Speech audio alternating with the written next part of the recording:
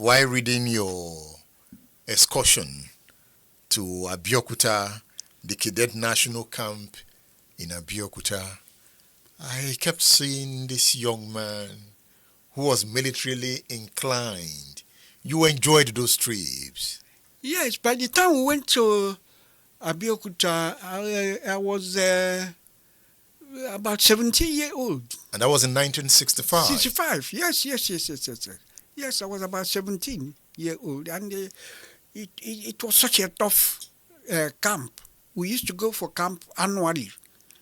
And the one of 1965 was in Abeokuta, somewhere along on the way to Idiroko, the boundary, somewhere Lalate, or somewhere between Tapa and the Egongon, near Abeokuta. That was where we camped. It was a very pleasurable experience. It was tough, but very rewarding, very interesting. It was very intense, And that experience exposed you to what was going on in the Western region at the time. Yes. And Operation Wet-Year. Operation Wet-Year was on at the time we were in Abeokuta. And that time, Awo was in detention, and his deputy, Adegbenro, was from Abeokuta. So there was a lot of burning of houses, a lot of arson, a lot of killings going on around Abeokuta area. And we witnessed some of them at the time. Did they affect you negatively? Those experiences? Yeah, they did. They did. To see that type of destruction at that age showed us that all was not well. He started giving us an idea of how bad Nigeria had got into. And your excursion to the 2nd Brigade headquarters in Apapa, you saw May Malari. Oh, yes, a very handsome officer, a brigadier at the time. But don't forget, when you say a brigadier, he was only about 30-something years old. He wasn't up to 40 years old. You could call him a boy now. A boy now, yes. But you can imagine, he was such a very, would I say, he had a commanding posture. He was quite strong, quite agile looking and all that. And you admired him so much. And at that time when you saw a soldier, some of these people you hear of, I saw Ifajuna, they were young people, yet to become 30. They were in their 20s. Some of these people you hear of, we are quite young, So all that, again, makes the army more attractive to you, and you see the bonding in the army, the esprit de corps. You see them, they behave like brothers. You don't know who comes from where, unless you are told. You wouldn't know from where anybody comes. And if they were to speak any Nigerian language, all of them spoke Hausa. Yes. Hausa was it was about the lingua franca in the army. So you didn't know people by their ethnicity, ethnic origin. They were all Nigerians.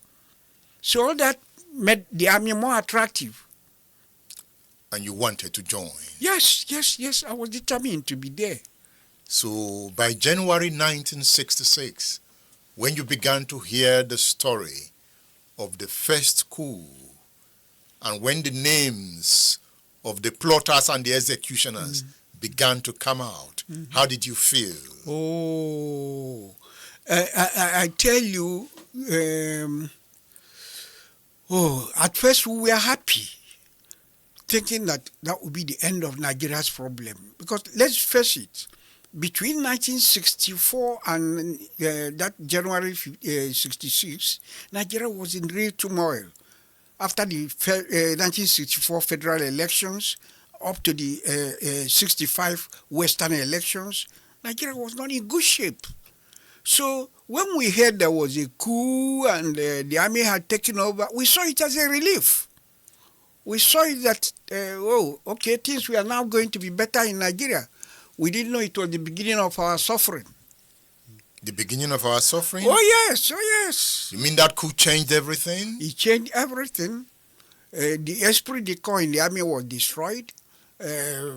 people began to go behind their ethnic chiefs, and then the reprisal, the July counter-coup came, and it scattered everything. In this book, it's like you gave a historical account of the birth of Nigeria. Yep.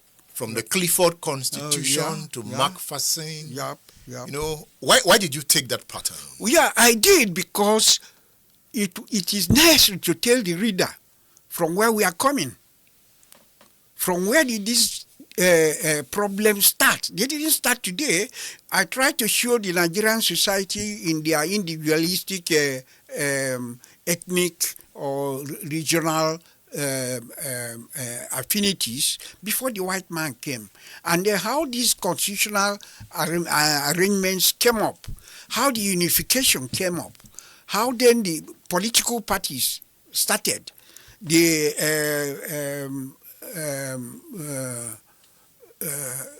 is the fight for independence started. So it was good for the reader to have an idea of from where we are coming, what our society looked like before this time. Then from there, we got to the 1959 elections. That was the pre-independence elections. And I think that was where the center could not hold again. It was the 1959 election. Then the census before that. The census before that. So these are the things, the role our colonial masters played. Do you feel the policy of divide and rule?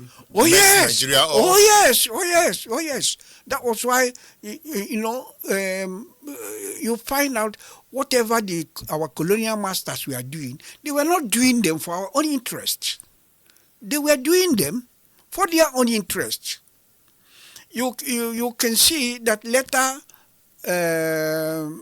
Recently, I think it was in the 90s or so, one of the administrative officers that time gave an interview and showed how they manipulated the census figures.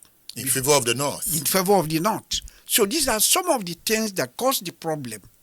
So you find out our colonial masters had their own interest, and to them, their interest was more important than our own interest. So after independence, were we able to manage the interest of the different ethnic blocks? No, we couldn't.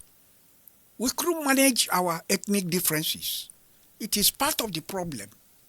And so that problem is foundational. It's foundational. Is that same problem that led to the Civil War? Yes, if you follow it up, it is the same thing that continued up to the Civil War.